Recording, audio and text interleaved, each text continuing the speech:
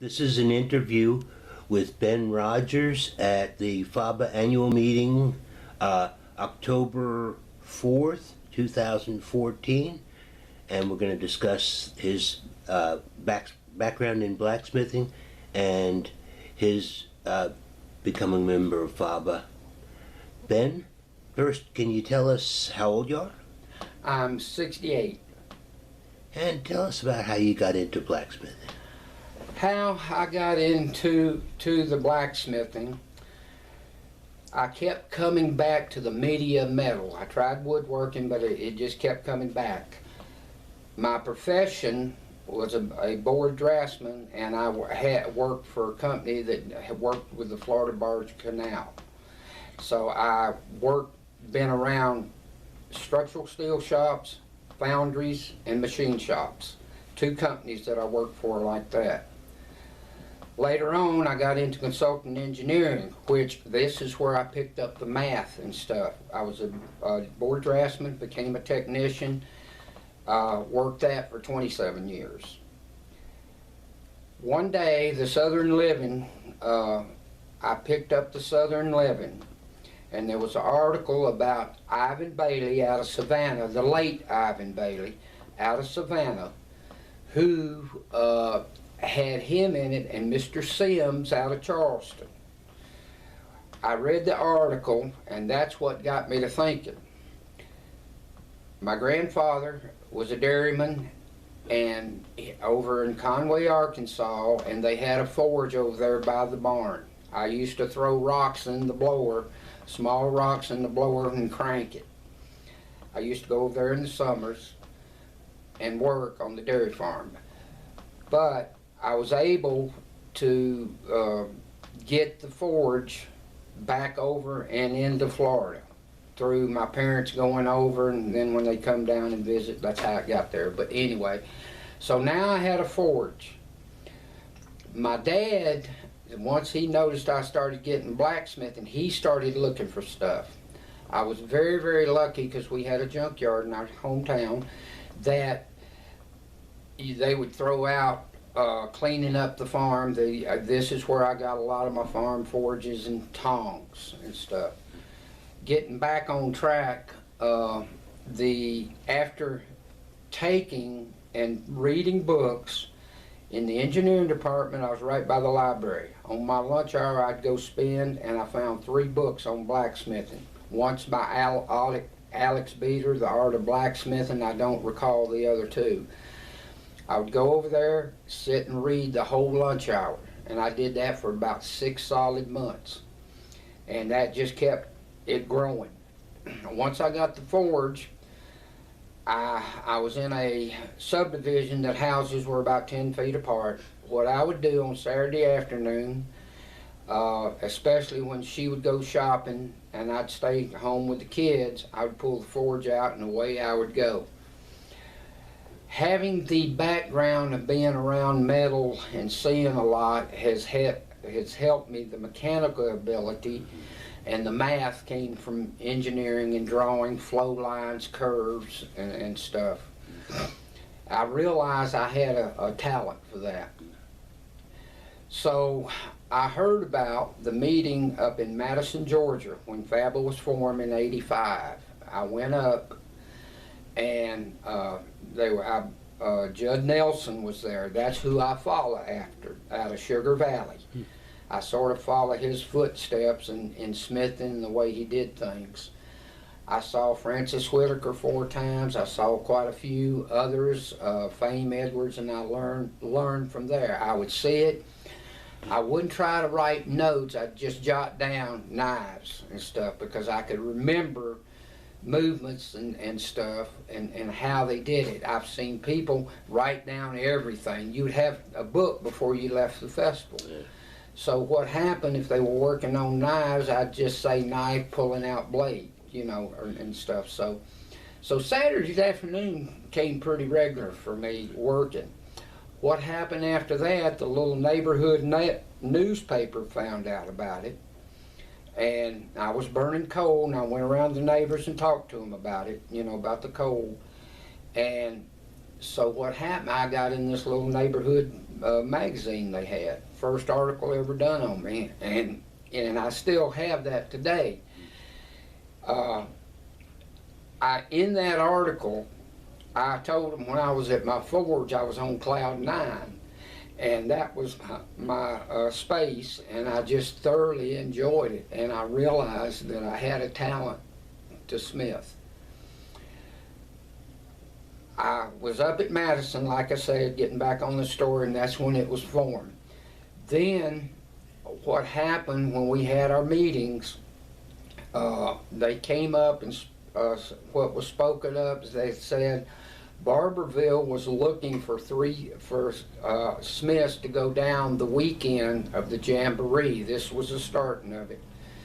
And I said, do we have any volunteers? I raised my hand.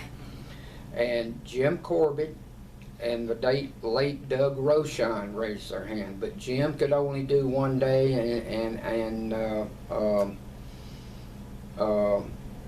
Rochon could do the other. So what happened was, when I had my hand up, and I said, I'll do both days. Well, from there, and I could forge well by then and stuff. And where were you living at the time? I was living in Jacksonville, Florida. I'd come down. For 10 years, I came to Barberville a lot. Now, a lot of people don't know that we were the first smiths. After the Jamboree, the following year of the Jamboree, what happened was they took and had the pamphlets out, and they had me doing a forge well from the last year, and the fire was flying out. Well, Marilyn Breed, Yeah. well, where I was the following year or so, let's say, what happened, they came out with the Barberville pamphlet with the Jamboree. And I still have the pamphlet. Clyde Payton has one, and a couple of other people. But what happened was Marilyn Breed called me and said, Ben, and we were just starting to connect up with Barberville and do things, showing up and not even talking about the building being built yet. Marilyn Breed called me and said, the school board has asked me to talk to you if you would sign a waiver. And I says, on what? And says, we did not get a waiver or permission to put that on the back of that pamphlet, and you can sue us. And I looked at her and I said, Marilyn, I would never do that because we're trying to get established with blacksmithing.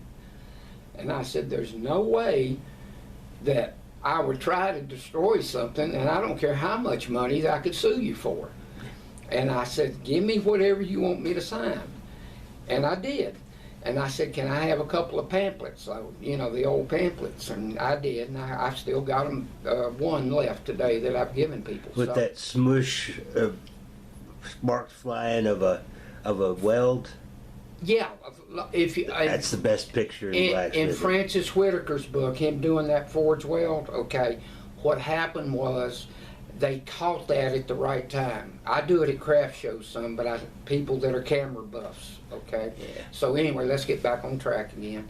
The thing is, after that, I started going to the meetings and stuff. Then At the FABA meeting? At the FABA at Barberville, the monthly meetings. So tell me, you got from the organizing meeting for FABA, you went to that in Madison, correct. And after that, tell me about what kind of meetings they had for the first few years.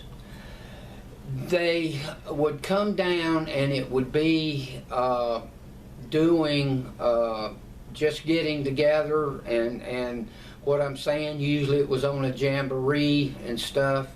And then when they started talking about having regular meetings and stuff, and it was still going on. Like one in Tallahassee?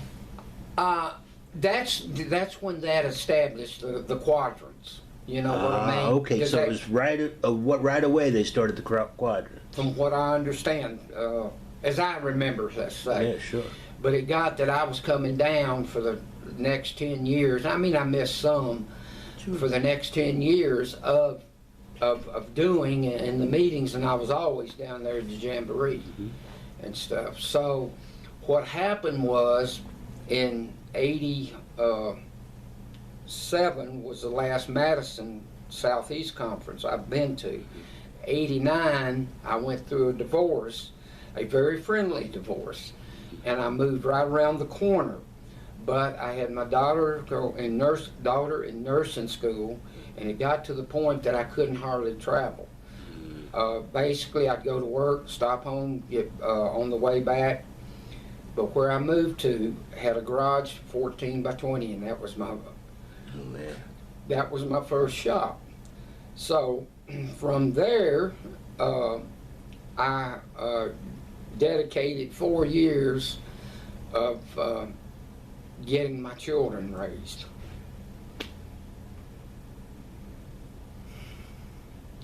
Then I started, was still working in engineering, and timing was perfect. I was with the company 10 years. My kids were out of school, and it was nobody else because I was divorced. And I always wondered if I could go full-time smithing. In the newspaper article, the first little newspaper article, I told them why I couldn't go full-time, and because I was raising a family. So what I did, I took and on a Friday, they said, you know, we got 3 months of work left. What we're going to do is you got 6 months to finish, 6 weeks to finish up your project and stuff.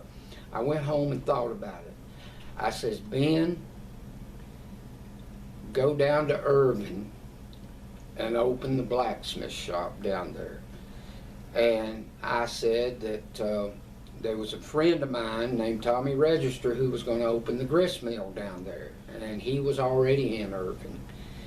He was there because basically his dad lifted sod and he knew about Irvine and all the blacksmith shops. So anyway, I sat for 3 months, asked him if he's gotten the building yet.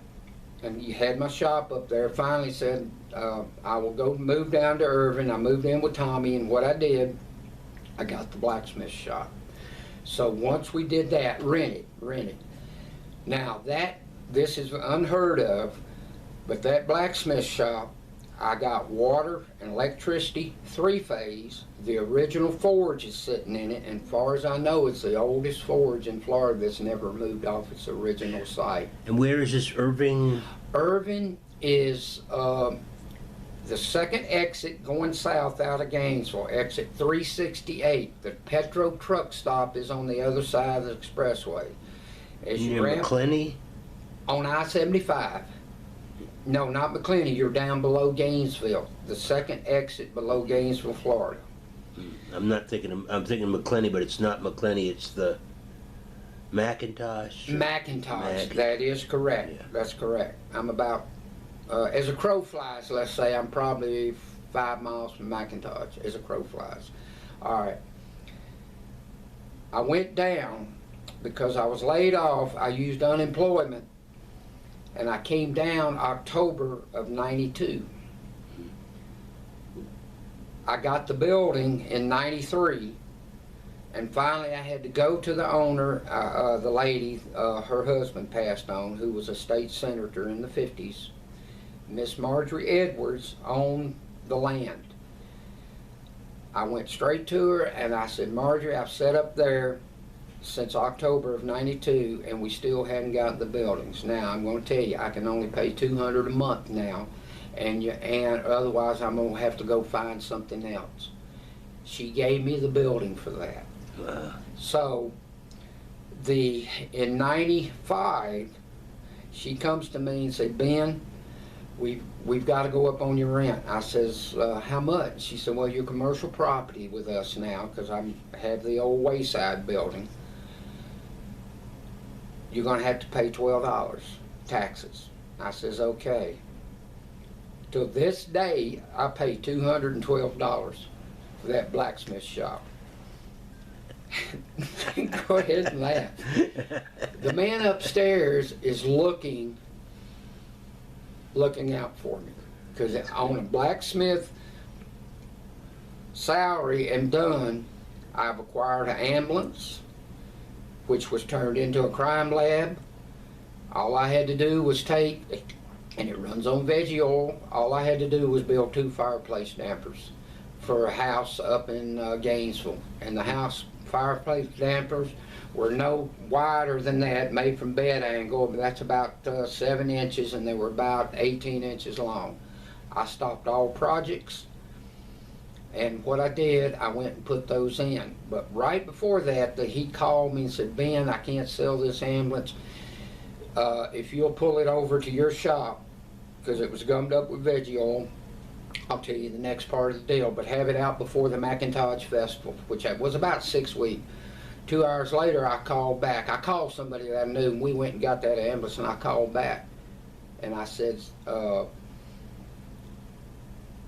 Toby, the ambulance is sitting here at the shop with the next part of the deal. And the next part of the deal is what I just told you about, the fireplace dampers.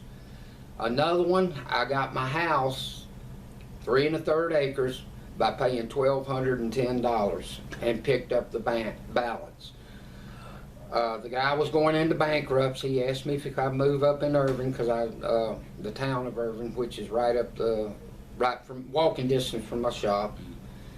What happened was I called him back and said, I'll catch you up, because when I make the money, I'm accordion. I put it here and I go through the hard times. Basically what happened, he took and said, yes, I'll do it. I was working 6 days a week. I was doing 11 craft shows in the fall, and I was doing 7 in the spring. I went all the way to Indiana. So, but I was so happy that I was making a living today, even making it. So I got the house for $33,000 with 3 1/3 acres. So from there, my shop is still open. Things have changed. I do have a website. Things changed in 2008.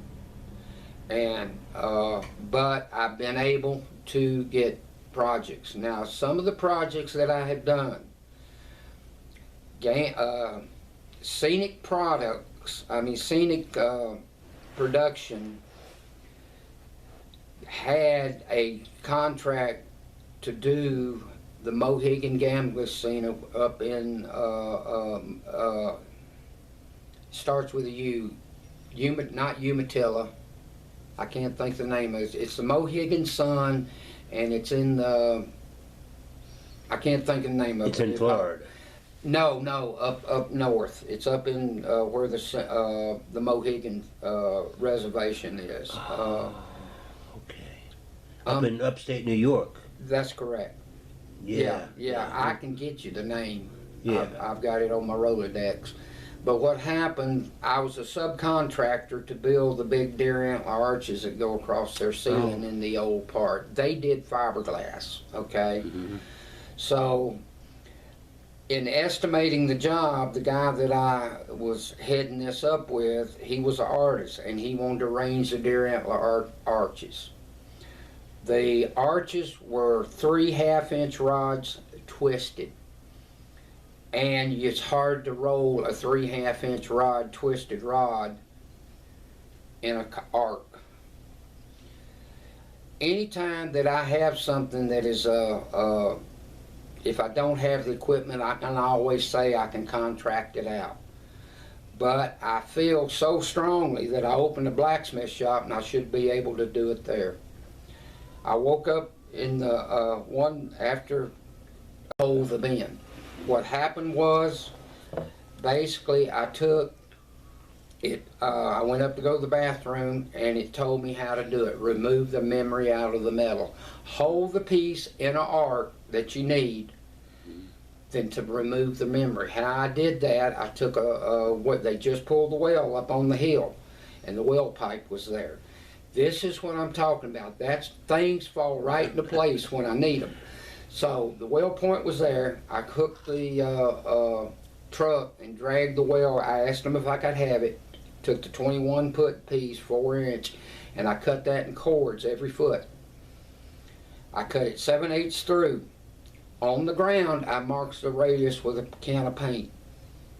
What I did after that, I took and spread it to that arc, because I cut it 7/8 through like a pie we took out. Then I came on the back and welded a strap to freeze it so it wouldn't move. Yeah, and I had tabs that I drove stakes into. On top of that pipe, I took 3/4 and made a U. I took the 1/2-inch rod, sprung it around, it was twisted, and all I did was hit between took a hammer and hit between the holders and removed the memory, and you could pick it up and drop it. And I didn't have a roller to roll them. And to this day, I really don't have a roller. I have a Hoffield bender. So that worked.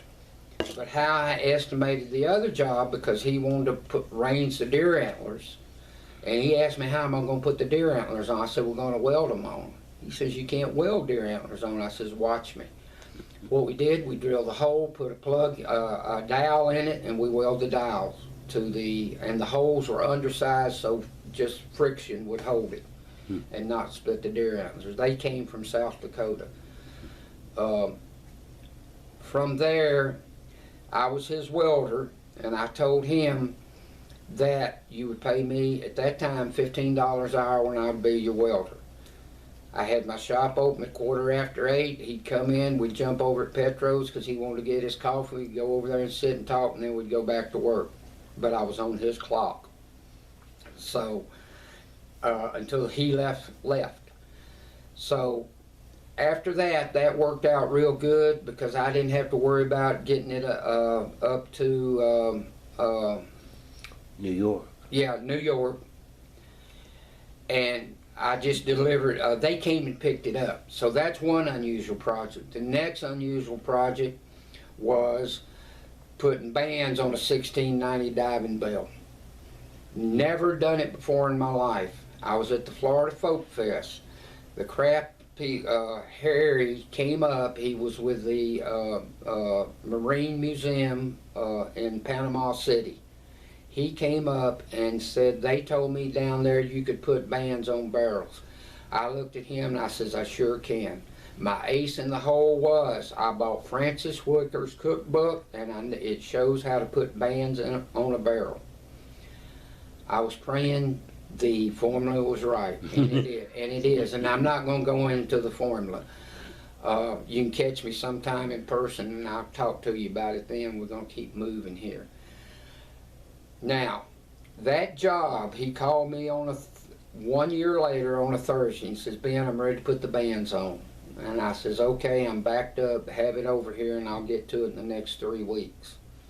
He said, Ben, we got a problem. I said, what's the problem, Harry? He says, I got to have it in Amarillo in the museum a week from tomorrow. I said, well, there's no way. I've got to get these orders out, and I hung up. 15 minutes later, I called him back, and I says, here's the deal. Nobody was hollering on me of these orders. I had about 4 of them in the shop. I says, here's the deal. You're going to pay me $500 overtime for me to catch back up, because I'm going to stop everything and you be here, and I'm going to guarantee you will be here Monday morning, and I will guarantee you will be out Thursday. I had to do this because I've never done it before, which means I was going to go home, sleep 3 hours or whatever, and then go back at it again. Yeah. Well, I says, Harry says, well, Ben, I can't have it Monday. The quickest that I have it to you is Tuesday. I said, Harry, you're making it hard on me. And I says, it's going to be $500 plus the bands will be $540 for both of them. So we're looking at $1,040. Harry shows up on a Tuesday. But before I did that, I had him fax me the drawings. And then I got in the book with Francis Whitaker, which I looked for earlier. And if the math was right and the formula was right, it would work. Well, I was fortunate to have a flatbed trailer because my ex-son-in-law was building changing it to a gooseneck because it was a 5th wheel. And the bed was big enough to lay a 20-foot piece in arc out. Well, what happened was he came in on a Tuesday. A day and a half later he left because I already had them bent, and all he had to do was take them, bring them around, and they would pop in an angle. I didn't have them riveted. When I saw the Man in the Sea Museum, Panama City is who it was. After that, what Harry said, that I says, we can put these on, and he says, well, I want the nail holes to go right into the seat inside. And I said, well, I already took care of that because you told me about the seat. Well, because I couldn't rivet the bottom band, we were nailing it in. Halfway around, he kept pulling down on it, pulling down. I says, Harry, why quit pulling down? He says, I want these nails in the center of the seat. I says, Harry, it's 14 inches over here is the dimension on the drawing. I said, quit pulling them down. He says, I want them in the middle of the seat. When he moved them in the middle of the seat, it pulled it away about 1/4 of an inch in the back at the top part. Because the bands are sitting in the angle. Yeah. They're tapered. It's like a tire. Right. So what happened was, he went ahead, but I says, let's stop him and I'm going to find out why. I went and took some measurements. The seat was 13 inches and the other side was 14 to the top of the seat. Well, he went ahead and pulled them down. I said, all we got to do is let it lay in place. We'll drive the nails through. I'll make a cleater real quick and we'll cleat them back ends. It's not going to be stuck in in the ocean to use or whatever at that time. This was like a bath escape, but here's what it was. It was a big Dutch pail that was 5.5 feet high and 6 feet at the bottom. I mean, 3 feet at the top and 5.5 at the bottom. And it stood about 6 feet. What was funny about that, when we were kids, we turned the trash can upside downwards in our swimming pool, and it was pumped air in it, and you had an air bubble. I knew how the thing worked as soon as I saw it. But there was a carbon dioxide valve that you put in, but they didn't put it in because it was going in the kids' museum in Amarillo. So what happened was, from there, he pulled them down, and I told him that we could do two things. We can take the band off, and you got to make a decision to use 14 or 13. Otherwise, I'm going to have to charge you making another radius for the Hoffield bender, which I can tell you how to do that, but we've still got more stuff to carry. Time is of the essence. Right. The radius was 12 foot and 15/16 on the bottom. That I had to bend the band in the 2-inch plane, 1/8 inch thick. And we had to hit it and hammer it as we worked it, but we had that inside radius, okay? So, Harry, if you look at that today, you're going to see about 1/4 inch more in the back, and he said, we'll stick that in the corner. Now my work's out there, but bottom line, he was the client. And the person in the museum probably never knew who made it, you know, but I would have never let it go. But I had to do it, you know, and the $1,000 for it was more important, you know. Usually I do not let you have it until I'm satisfied with it. That was one of the other usual projects. I have things walk in that I have done. One of the things is I'm a real quick thinker. It just comes to me and I'm 4 steps ahead of when I'm demonstrating at the shows. I'm improvising. I had to improvise at this festival. I didn't have the right tool, or they didn't, or I didn't, or whatever. But I'm real good at coming up with something that worked. Basically what I did, we had to hand drill something, which was the Boaster plates that I made and gave to FABA. The 1/4 inch hole needed a little bit bigger to stick the dowel rods in because they were hammering on them. The battery drill for me to correct it, and I've got them corrected. What I did, I had a fence twister which opens up. It has holes in, which I use as a bolster block at the craft shows. And I was able to grab a drill bit and turn it by hand and hold it, you know. And it was 1/64 bigger is what I had to make it. So that was improvisation. And I love challenges. I love to get, I don't have this, what am I going to do? But I usually come up with it. You know? So if you're a general blacksmith, you do the next job that comes in the door, you know, do you I have welded on bush hogs. I have welded, electric welded, like a structural shop. At that time, I had to do anything to keep the doors open. Since 62, I started drawing Social Security. The reason I decided to draw it, I know it would take the stress off of me some. The main reason I draw it, I got $200 more than my statement showed.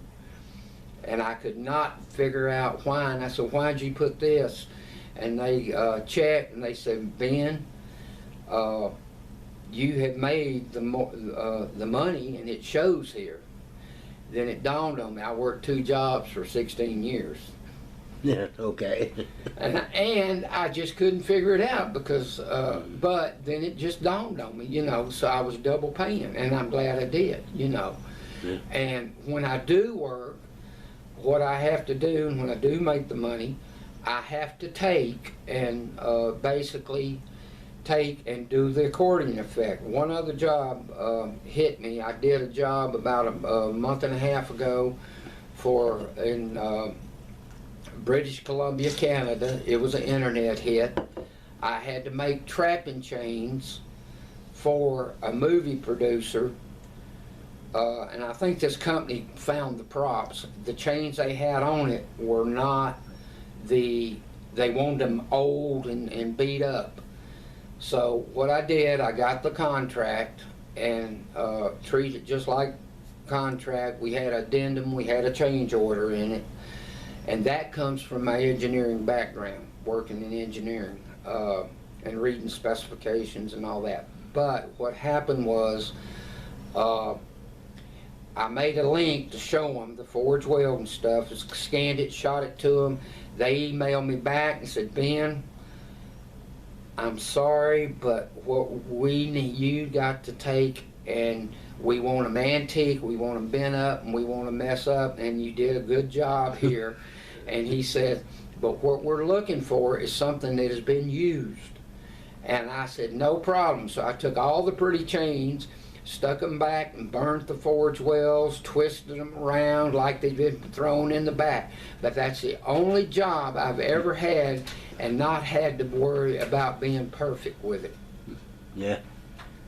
So, so what happened was that after doing that, I took and got them what they wanted and stuff, and those 6 chains and the change order was $438 for 6 chains about yay long and stuff.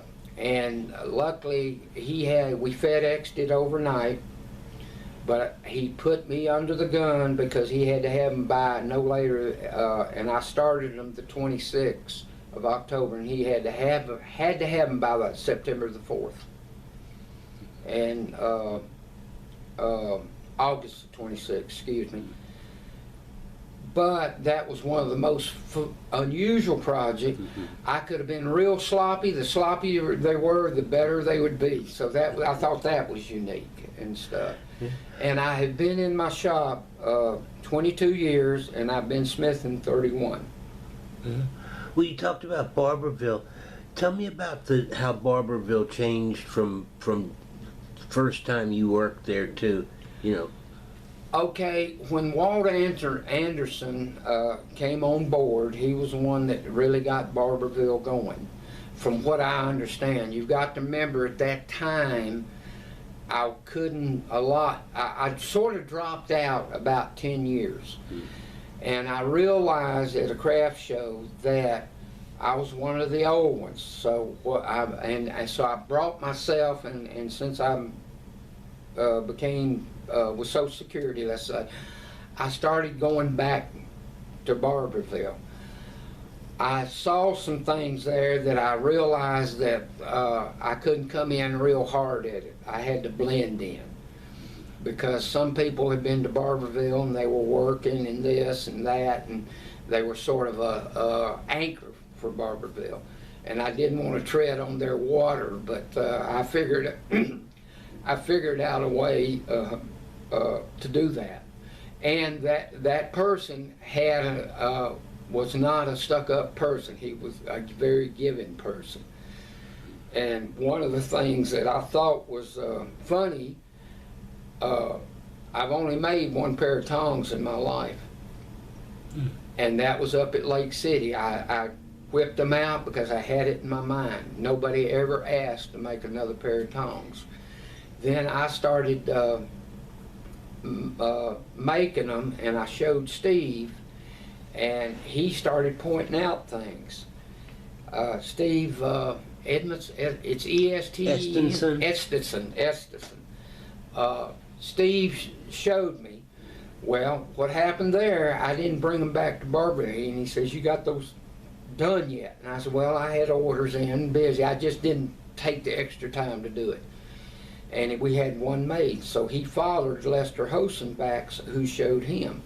So it was 2 meetings ago, I had Steve, and I called him on the phone, and he made the offer. He says, "I'll be glad to show you," and we go through it.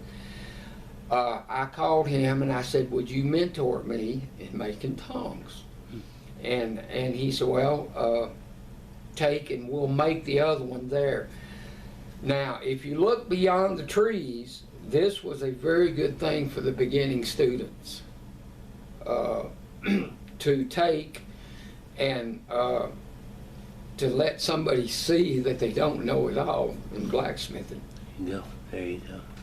And I'm a very, very open-minded person, and like example, I'm going to tell on myself, right here at this conference, we added to the chain, and I sat there and showed, Jerry asked me, he helped me a little bit about using a gas forge, first time I ever welded in a gas forge. But the funny thing was, after I got the chain made, and then I saw Ken Knight go over and make his link, he was using a chain making machine. I didn't know it was a chain making machine. And I made mine right on that, using off of the anvil, the bar up at that ran the thing, because I was looking for contours and stuff. And I told Jerry, I said, "That's the funniest thing." He got it from England, but and Jerry was very, very helpful. But in welding, I didn't know really you could weld in an atmospheric forge. I always thought you had to have a blower on a gas forge to weld, and I never knew that. So I'm still learning. Yeah. And I thought that was so neat that something was right under my nose and a piece of equipment. I didn't realize it was a chain making machine. I thought it was a little trip hammer type thing. Yeah. So, yeah. So, you know, and Jerry straightened me out on it too. So what do you think FABA's future is? I think FABA's future will survive due to the fact that the people that are still left, that when it was formed and stuff, keep working with the new ones. And one of the ways, the bringer-uppers, one of the ways I do that is I do teach class. I have complete setups and I furnish everything. And I teach a 16-hour class, and I do it on the weekend. I don't really do it during the summer, but I'm looking to do one in November. What I do, the way I do that, and I put them in a folder. I only will teach 5 at a time. My feelings on that is, if you have more, they're not getting what they're paying for. And it really strengthened that when I had to teach 8. And I didn't mind doing it, don't get me wrong, but that's a different setup of what we were trying to do, you know, and we're trying to pass it on. I thought the other unique thing that FABA did, there were guidelines of what we were supposed to teach and not doing it your own way, which I thought was very unique, because what it's doing is keeping these offshoots information, and FABA is trying to use the translating of what they want taught through us, the people that have the experience. But in time, they will branch off and develop their own style and own signature. So at first when I read it, I said, you know, why they asked me to teach? But it made sense once I thought about it. If you can get a foundation with a solid input and not dabbles of input, you have a foundation for them to stand on to make decisions off of.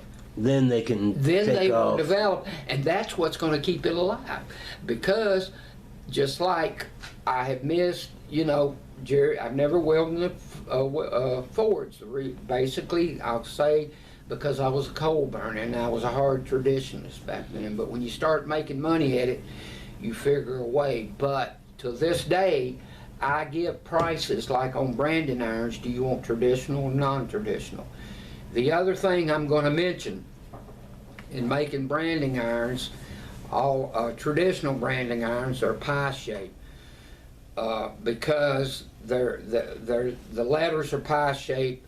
It's wider in the back, and this is about 1/8 inch. It's a heat sink. It holds and keeps feeding that edge. But what happened, I did a branding iron. All they had was a family brand in a piece of wood. I misestimated it, because normally when you make a branding iron, you can ask, you want it 4x6 or 3x2, or you know. If you make a stake branding iron, triple it, because now you're doing jewelry work and it's harder to make little letters like so. Triple your price. Because you'll say, oh, I can make that for $65 or $35. You're going to find out you end up doing a little jewelry work. But get back on what I was saying, making a branding iron where just all you got to work with, where I missed it and got into it and realized it. Now you do not have the envelope. You've got to get every spacing between those letters to lay right in and brace it all up and stuff. Yeah. It's not like you can do it by eyesight and say, oh, the moon looks good, the blee looks good, it all, you know, proportion. You can't do that. You've got to make it fit that brand. And another thing about that, the brand was not burned evenly. It was cockeyed. And that just comes from sticking it in. Sure. Well, when the guy came back, and he's been looking for 20 years, somebody to do that.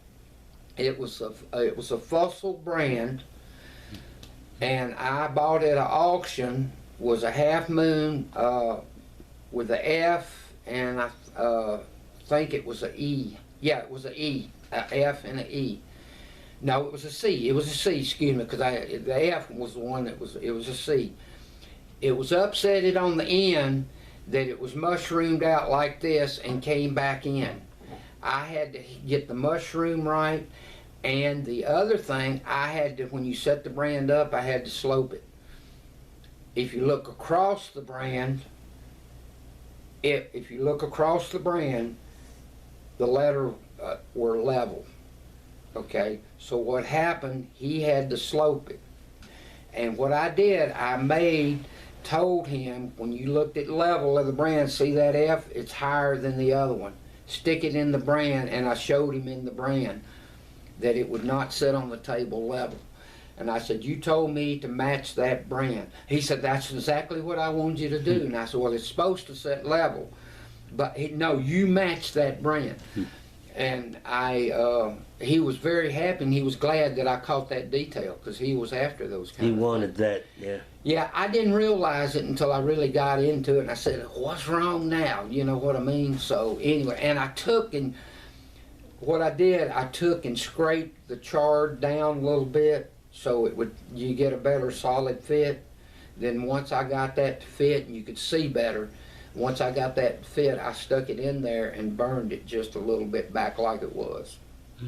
So, you know, and these are details, you know, and I thought that was unusual because I was held spacing of the letters, and by that became the envelope. Normally you get an envelope to put it in, and then you just eyeball what looks natural. I mean, good, you know, curves and distances apart. But I like the way it's a relationship with the customer, and it's a give and take of finding out where the customer is coming from, so that you can't come and say, this is the way I'm going to do it. I'm the architect. I'm the blacksmith. You gotta work with that customer to figure out what they really want. And I'm gonna tell you why. They are your next salesman. One of the jobs I did, which I've got in my book, and you brought up a point, good point. If you, in getting the customer and getting started, what you've got to do is what they've got in their head, you've got to get it in your head through paper. And say, look, draw some. I can't draw. I said, look, let me show you something. Can you do that? They said, yeah, I can do it. I said, do it.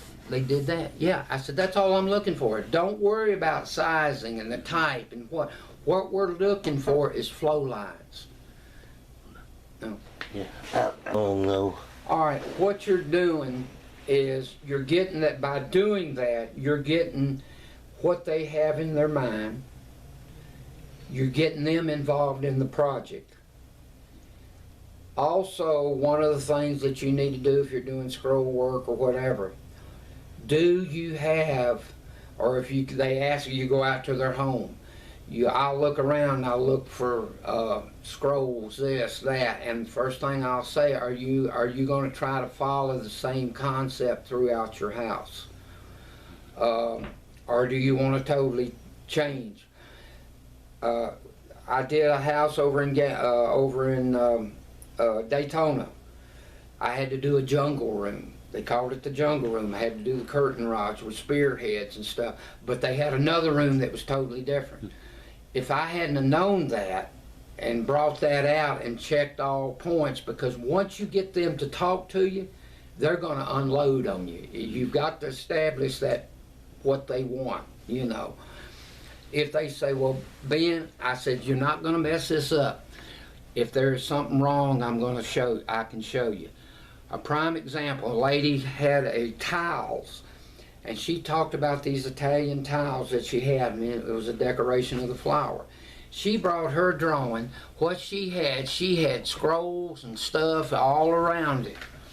I looked at it, I said, Barbara, she was from Ocala. I says, I'm going to cut my own throat. And she says, what do you mean, Ben? I said, what have you been telling me? Tiles. I said, look at the ironwork around that. You won't be able to see your tiles. We want something light because we're showing off your tiles and not my ironwork. So we came up, that's what we agreed on, 4 little scrolls. And they sat on a frame, a channel, half by half, and we set the tiles in it. Well, I'm a stickler on details. What happened was, I said, Barbara, when you come up here, we've done what you've done, but we're missing a point, and I just want to show you, and I could explain it to you, but be prepared to stay 45 minutes, or 30 at least. She says, okay, is something wrong? I said, no, I'm going to show you something, how details make a difference, and I can show you this in my portfolio. What happened was, we had it laying out, and it was all beautiful, and she looked at it, oh, that's great. I said, Barbara, I want to show you something. I laid 2 leaves down that curved in like this, and the tiles were here, but they were right down on the fixed to the outside of the scrolls, and they came in just like this. It wasn't enough to distract. As soon as you looked at that, you saw the ironwork and it disappeared because your eyes picked on the leaves and went right to the center of those tiles. And she said, I couldn't believe it. She said, I looked at her and said, do you want those on there? And she said, what's that going to cost you? I said, not a darn thing, because I'm going to tell you why. You're gonna have your friends over and stuff, and you're gonna motor mouth about it. And I knew Barbara got to know her that I could use the word motor mouth, and she started laughing. I could tell, you know. So that was the thing. I did another job up in Gainesville, and did the towel racks and all that. Did the overhead pot hanger. It was made out of wood with a band around it to hang pots. I took and put removable slide hooks so they can space them. I said, now I'll make the change. I can tell you a way that we can make the change quick. They look good in your house, and we'll do it with 3 links. I can do it. And basically all it was taking a rod and turning an eyelet and an eyelet and then hook the other one together. It's a fast way to make chain to cover this, and it'll look great in there. She said, no, we'll get some chain. When she handed me those pictures, she had bought chain like you buy at the hardware store.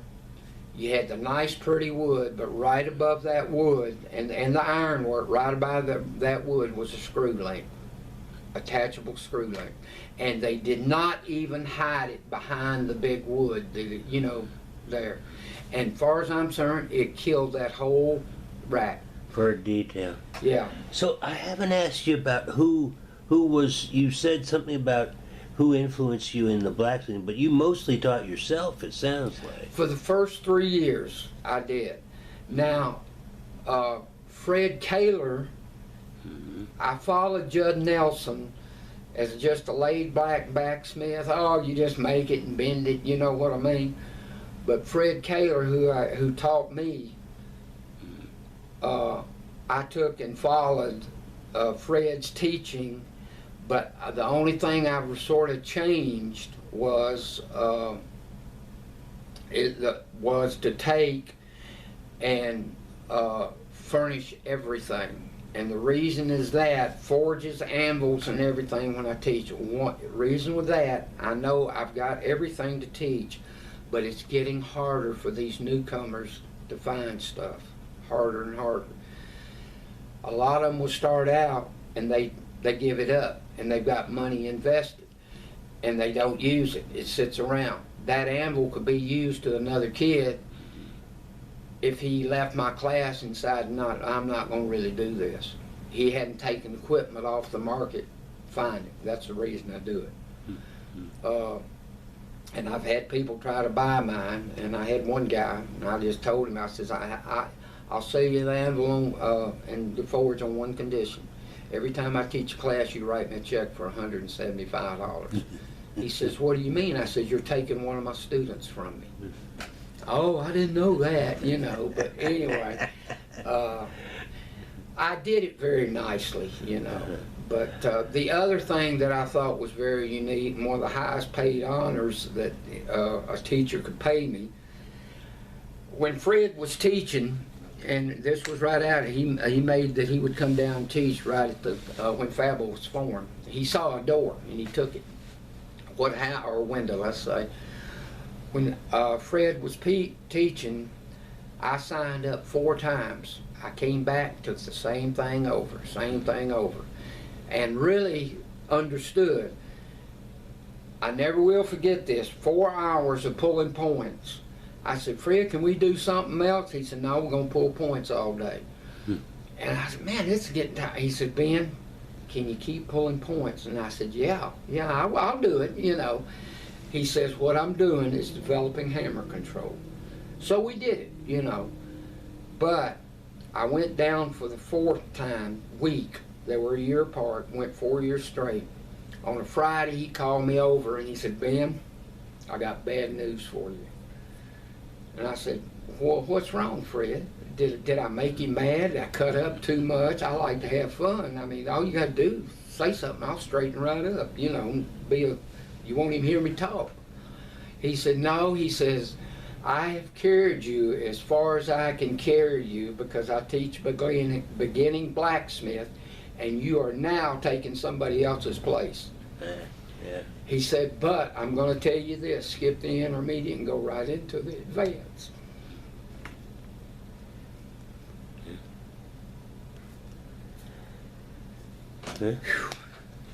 But well, I think we're out of time. right. Well, in other words, I'm still sentimental with blacksmithing, you know. Yeah. But he sits right here. Yeah, yeah. If you think about what would he say about this piece? Would he say, "Are you going to finish it?" Exactly, exactly. I've got a knife that's not finished that he was showing us how to make, and he's got his fish on it. It's not a knife, it was a piece of flat bar, and we were insetting the back and starting to do the edge. And he was showing us, and he gave me that, and I still got it today, hanging in my shop. I got my first 2 welds. I've got my first cable knife I've ever made, you know. So, blacksmithing is one of the, I guess what I'm saying, I found the niche for it. I haven't made the money. I don't want to get so big time. I'm doing it the way I like to do it. Just an old country blacksmith. You bring it in, yeah, we'll fix it, you know. But I'm real quick to pick up on things and how to, you know, do it. But that's one of the talents that I was blessed with. Yeah, well, so you and blacksmithing have fit together good. Yeah, and I realize that even at shows I can capture the audience. I have missed wells at shows. It happens. I explain why, but the first thing I do when I miss it and I start back talking stuff, I'll watch how many people walk off. And it's their loss, and I'll get to it. I missed it twice before. And I tell them, I said, I'm going to stay right here to midnight until I mace this weld. I said, it's windy. I've got to run this weld hotter. First of all, I wasn't paying attention. I was still talking to y'all and, you know, making the weld too. That was, you know, the first time. And this guy was standing here, and never will forget it. I said, you haven't, and there was only about 4 there now. I said, you haven't left yet? He said, no, I'm going to be here with you till midnight.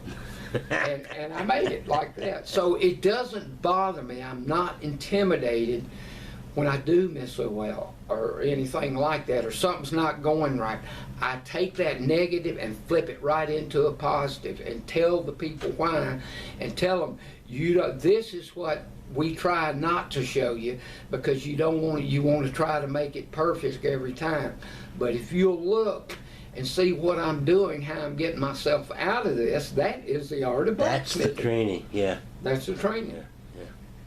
And you have to talk to the public, you have to tell them, because they think this piece is worth $5 and you've already got $38 in it.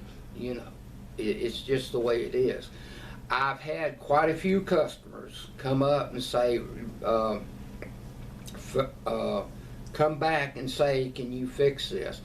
I've got one Tuesday that's bringing his golf cart, because I'm making inserts because he's changed the angle on his golf bag. Now that's crazy, but we hadn't even talked price.